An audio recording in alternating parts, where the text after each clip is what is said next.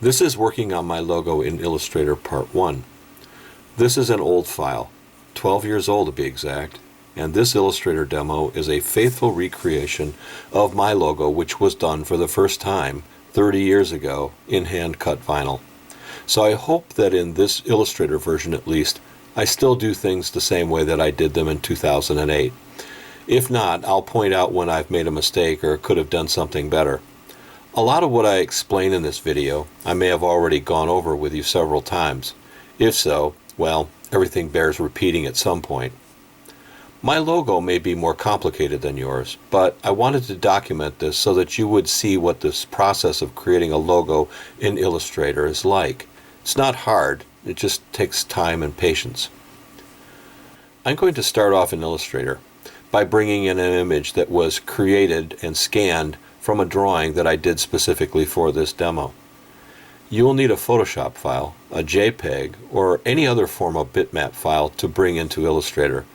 Preferably the scan of the sketch that I asked you to do a couple of weeks back and submit to Canvas as your personal logo assignment. As you know by now, the key to Illustrator is learning to work in layers. Unlike Photoshop, Illustrator allows you to create and delete layers as you see fit. This is a very helpful thing, so long as you pay attention, very close attention, to what you're doing. So let's get started. I'm going to start by bringing my scanned or created image from Photoshop into Illustrator.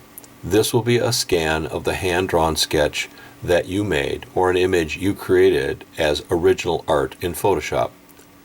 It's interesting looking at these slides to see the old Mac screen and the taskbar from 12 years ago. Some things look the same, but a lot of stuff has changed. The dialog boxes all look different now, by the way.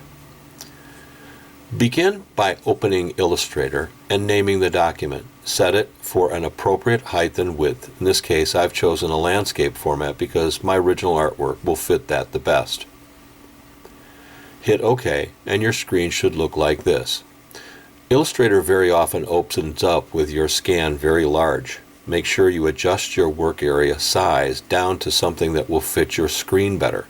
Remember that the only part of your illustration that will print is the portion that are inside the lines bounding the artboard. The adjustment is located here. By resizing your work surface, it will allow you to work not only on the area that will ultimately print, but it'll also give you a lot of room to work around the margins. Unlike Photoshop, all of the white is work area. I should mention here that the work area nowadays defaults to gray. At this time the screen captures were created, it was white. Now I'm ready to bring in the image from Photoshop. You can also import JPEGs and other bitmap images. Simply go to File, Place. This box will appear asking where you want to select the document from. In this case, I had the crow image saved in a file named White Crow Logo folder, and so I opened it from there. Your image should be located in your personal logo assignment folder. Once the file folder is open, I can see the image here named Large File for Illustrator, and then click Place. It will now appear on the work surface inside the lines which bound the printable area. As with Photoshop, you will have handles at the corners which you can use to adjust and move the image. Note the layer in the upper right-hand corner in the Layers panel. Here I've clicked on one of the corner handles, and by depressing my Command key, by clicking and dragging, I'm able to proportionally move and enlarge the image. I now want to make some adjustments to the layer. Unlike Photoshop, you will decide how often to change layers. You can work in any layer for as long as you want. However, there is a danger in doing this, but more on that later. What I want to do at this point is to name the layer. So I double-click on that layer in the Layer panel. This dialog box will open, and I am then able to give the layer a name. I'm also able to dim the layer. As you know, this is an effect will make the image look like it's under a layer of tracing paper. Also, lock the layer. The lock feature for the layer is located here. Now the image is in Illustrator on its own layer named Trace Layer.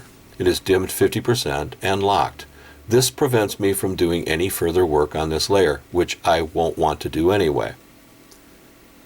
Once I've locked the layer and click off of it, the handles around the placed images disappear, indicating that I can neither move or work on this layer.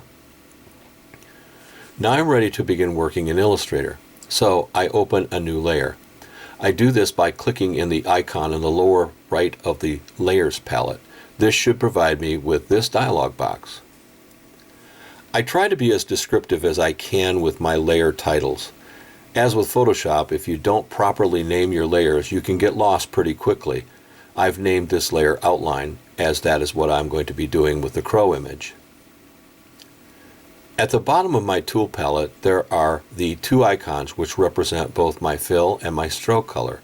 Currently, I have nothing selected for a stroke color, so I want to select it and choose black.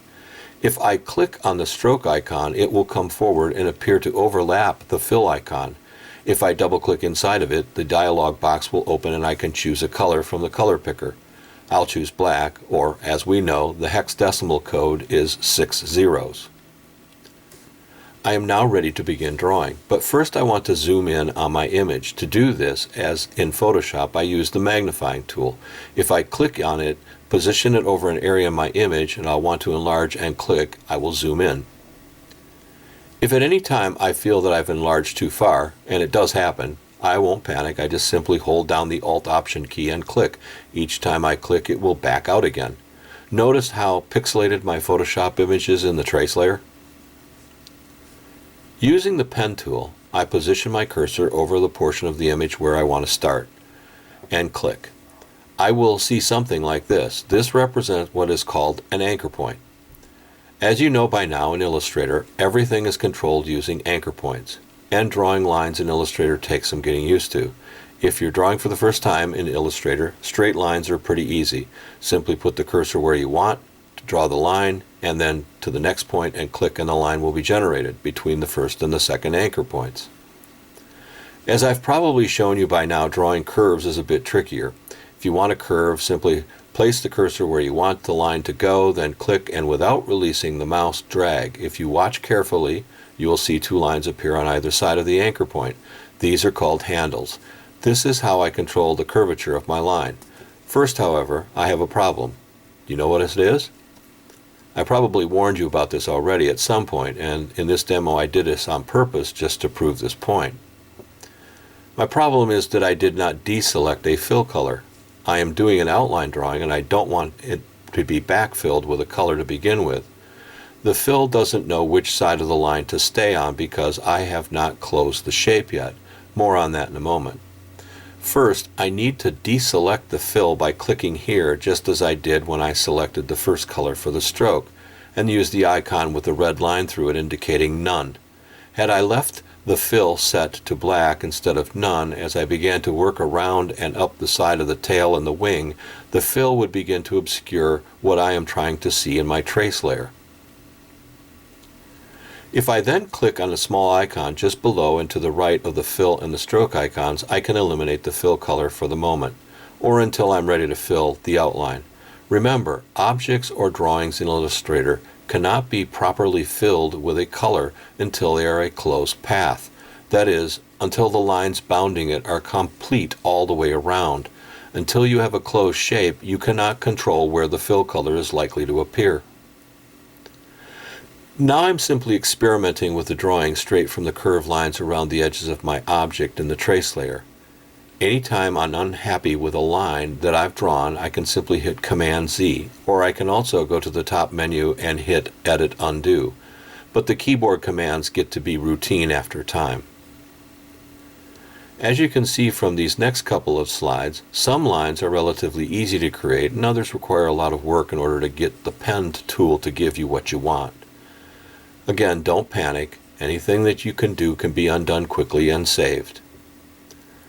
The more variations that you have in your original logo image, the more anchor points are going to be required in order to outline the image. Creating curves to follow these variations are preferable over simply clicking along the lines that you want to trace, because the more anchor points that you create, the harder the line will be to manipulate when you have it finished. Now I'm nearly to the end of the wingtip, which will be a very good place to stop this video for the moment and give you time to digest all of this. Anytime you want, simply click Save and change the name of your document from Untitled 1 to Image or what have you. Every time you complete more of it, give it a successive name like Crow 2, Crow 3, just to be sure, save often and in case the computer lockup or a power outage. Accidents often happen, and as I've probably indicated by now, with digital anything, redundancy is a good thing. When you're all finished, you can delete the unnecessary files. That way, you will always know which of your files is the most current. Unlike Photoshop, Illustrator files, being vector graphic files, don't occupy anywhere near as much memory because they are not trying to control millions and millions of pixels, just simple vector lines. Let's stop here. Next video we'll tackle the wingtip details by creating a separate layer for them before continuing on with the rest of the crow outline.